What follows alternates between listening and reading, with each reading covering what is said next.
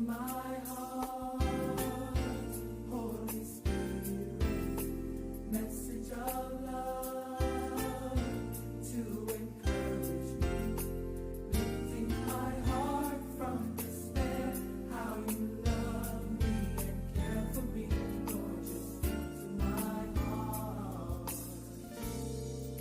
speak to my heart, Holy Spirit, give me the words that will bring to life, words on the wings of the morning, the dark clouds will fade away if you speak to my heart, speak to my heart, Holy Spirit, message of love to encourage me, lifting my heart from despair, how you love me and care for me, Lord, just speak to my heart, speak to my heart, speak to my heart, speak to my heart, speak to my heart.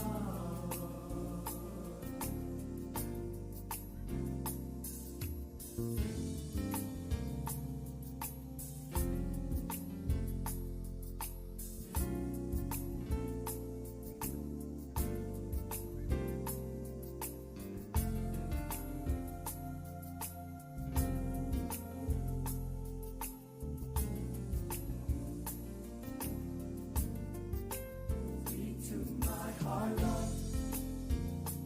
Give me your holy word. If I can't hear from you, then I'll know what to do. I won't go alone. I'll never go on my own. Just let your spirit guide and let your word abide. Speak to my heart, Lord. Give me your holy word. If I can't hear from you, then I'll know what to do. I won't go alone. I'll never go on my own. Just let your spirit guide and let your word abide. Speak to my heart, Lord. Give me your holy word. If I can't hear from you, then I'll know what to do. I won't go alone. I'll never go on my own. Just let your spirit guide and let your word abide. Speak to my heart, Lord. Give me your holy word. If I can't hear from you, then I'll know what to do. I won't go alone. I'll never go on my own. Just let your spirit guide and let your word abide. Speak to my heart, Lord. Give me your holy word. If I can't hear from you, then I'll know what to do. I won't go alone. I'll never go on my own. Just let your spirit guide and let your word abide. Speak to my heart, Lord. Give me your holy word. If I can't hear from you, then I'll know what to do. I won't go alone. Hi, family. Welcome back to another week here with me at Mama's Knee. I am your host, Minister Iris Winters. Got a question for you. If I ask you, what stage is your faith? Would you have little faith, great faith, or perfect faith? Something to think about. Come back and we'll chit chat about it.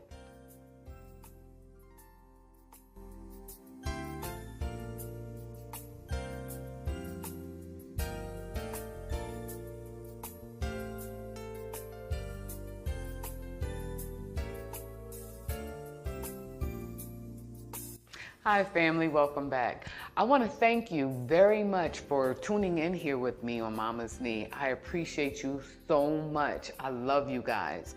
Don't forget to like, comment, share, and subscribe, and meet us here every Saturday at 4. All right, family, let's get into it. So, what level of faith are you at? Some may say it's small, medium faith, or I got great faith. How about little faith, great faith, and perfect faith? See, we like to not use that word perfect unless we're saying like His perfect will, but there are stages of faith. Throughout the Gospels, Jesus commended those who believed in Him. At one point, His disciples asked Him to increase their faith. That goes back to you have not because you ask not. If you need and you want wisdom and knowledge and you seek it, ask God. I always ask God to increase my faith because sometimes I do feel like it's the size of a mustard seed. Due to our limited knowledge of the Lord and His Word, we will begin our life with Christ with little faith. Throughout the Christian life, we will face times when our faith is weak, but as we grow, the struggles will diminish and our trust in the Lord will increase. Think of a time where you activated your faith. You knew without a shadow of a doubt that, all right, God's going to pull through. It's going to happen, and it happened. Now, on the other side, think about when you knew you weren't believing, when you were double-minded and you were praying and you were fasting, but you weren't believing. To me, that's like no faith. That's like hope. Hope versus faith, because you hoping things work out. There are 3 stages of faith. Abraham is an example of a man whose faith grew as he walked with God. As we examine his life, we'll see how he moved from one stage of faith to the next over the years. Romans 4:20 summarizes Abraham's experience with respect to the promise of God. He did not waver in unbelief, but grew strong in faith, giving glory all to God. So there's stage 1, and that's that little faith, where I don't even know, it might be like a grain of salt. It may not even be the mustard seed faith. This stage is characterized by restlessness because we're influenced by what is felt, seen, or heard. As a result, we're burdened with doubt. Our faith is so small because the focus is not on the Lord and what He can do, but it's focused on what we're going through at that time. But it also reiterates your lack of understanding of how God and His Word works. If we weren't growing in our knowledge of the Lord and not meditating on His Word, then we don't understand how He works. We don't understand timing, His timing. We don't understand, we say, my faith is really small, and sometimes your faith is really huge, but if you don't read the Word and meditate on it and see where things are going and how people showed great faith and little faith, like when Jesus said to Peter, when He told him to walk on the water, as soon as he took his eyes off of God, He said, "Oh, ye of little faith." How about when they asked God, why can't we cast out demons? About faith. The illustration of little faith, Matthew 8:23-37. When a violent storm developed and Jesus and His disciples were in the boat, the disciples were afraid and they cried out. "Why are you afraid?" God said. Jesus said, "Wouldn't you be afraid?" I think that one is hard. But then I'm talking about us in our today flesh. Now, if I'm on the boat with Jesus, I'm gonna be chilling. So you think, but that fear of being, tossed and turned, being capsized, that. So the obstacles to their face were that they saw a fragile storm. And I say fragile because in God's eyes, it was nothing. But to them, it was a big thing. They felt fear, they felt anxiety, and what would happen, and the end result to what would be happening would be death for them. But they failed to focus on Jesus and focus on the storm. Little faith. Matthew 6:25 through 30, when Jesus addressed a crowd of people who were anxious about the basic needs, he told them God would provide for them and address them with yo thee of little faith. Their faith was small because they were worried about having enough rather than God being enough. That he provides for his children. Little faith. Mark 9:19-24 says, the father of a demon-possessed boy came to Jesus for help, saying, if you can do anything, take pity on us and help. His faith was weak because he said, if you can do anything. But Jesus told him all things are possible for the one who believes. The father immediately cried out, I do believe, I do believe. But our gaze often shifts away from God onto the situation. O ye of little faith. There are certain situations in our lives where we have great faith with certain things and small faith with other things. For me, I have great faith. I'm talking about, it's perfect faith when it comes to my health. I have seen God do miraculous things. I have been healed, set free, and delivered from so many things. So I'm not shaken or stirred in that area. But there are times where, and I feel funny saying this now because I am growing, where if there was a financial situation that looked like it was going to, put me in a bad place financially, I would worry. And I have to say, as I'm saying this to you, God is so good because I am not today in that place. So I have to say that as I grew over time, that little faith went to great faith. And I am trusting and believing that that great faith will be perfect faith. Here's an illustration of great faith. Matthew 8:5-10. A centurion came to Jesus asking him to heal his paralyzed servant. He said, just say the word and my servant will be healed. And Jesus responded, truly I say to you, I have not found such great faith with anyone in Israel. What made the centurion's faith great was his confidence in the authority of Christ. Wow, that's a powerful statement. I have not found such great faith with anyone in Israel. That's powerful and that's sad. Let God not say that about us. Matthew 9:20-22. On another occasion, a woman suffering from a hemorrhage, we all know this story, believed that she could be healed by just touching the hem of his garment. When she went out she would touch him, he turned around and said, who touched me? And he said, take courage, you are healed. That's powerful.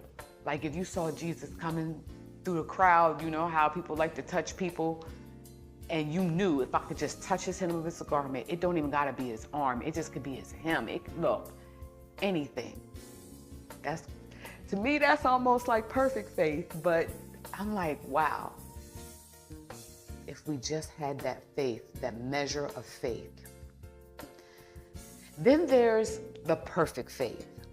In James 2:21 in James 2:21-22, we see that Abraham, as an example of perfect faith, the word perfected in this message means completed.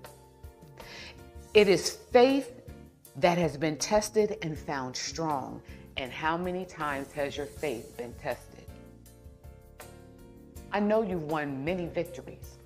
I know God has won them. And you believed. And that's the thing.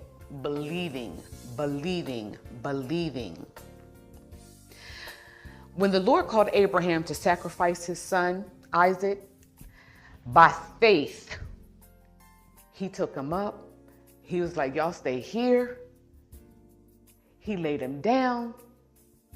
I'm thinking, look, when I was reading that as a child, I was thinking, oh my goodness. That is, to me, that is the epitome of perfect faith. When, in spite of everything else, he didn't waver. He didn't think, oh Lord, you know, if you're going to provide a ram in the bush, or like, what's going to happen? He didn't. I cannot say that thing that many of us would have done. So the 3 stages of faith. Stage 1, when the Lord promises Abraham and that he have a son through Sarah, his doubt made him laugh and ask, would you give me a man to this age and her? Stage 1 faith, little. Stage 2, in Genesis 18:1-15, the Lord said Sarah would give birth within a year. She too laughed and doubted God, but when she conceived, her faith in Abraham soared as they saw the Lord fulfill his promise. And that happens.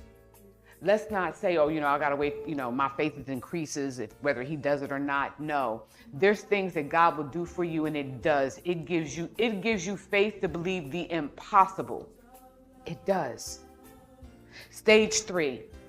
By the time God told Abraham to offer Isaac as a sacrifice, his faith had become so strong that he obeyed him immediately, even though the Lord had said that Isaac would be the heir to the promise, to all the promises. Abraham was so confident in God's faithfulness that he believed the Lord with all his heart. Abraham even told his servants that he and Isaac would be back. I like that. That they both would return. But I said that you're going to sacrifice your son, but you believe that. That is perfect faith. What stage of faith are you in? What are you believing God for? What are you asking him for? Believing. What are you waiting for? Because faith is also, part of that is also waiting. Because sometimes we'll think that God's not going to come through because it didn't come through in our timing. What level of faith are you at? And is it different for different situations? Can I tell you, it should be the same all across the board. All across the board, we should have perfect faith. I hope that you will grow to that perfect faith. I think sometimes with certain instances in our lives, it can happen instantaneously. I think sometimes we are the bearer of our faith growing. I don't know. Something to think about and ponder, huh? Yeah, let me know in the comments. Tell me a time where you exercised great faith, perfect faith, little faith, or no faith, where you just, nah, it's not gonna happen. One, because we put our trust in man and in our own abilities, not by my might, but by his might. I appreciate you, family. Thank you for spending this time here with me on Mama's Knee. Also, please help me thank our sponsors, Kingdom Culture Designs, LLC. For all the content that you see here, they help produce this. So we want to thank them very much. Until next week, I love you. May God bless you. Bye-bye. But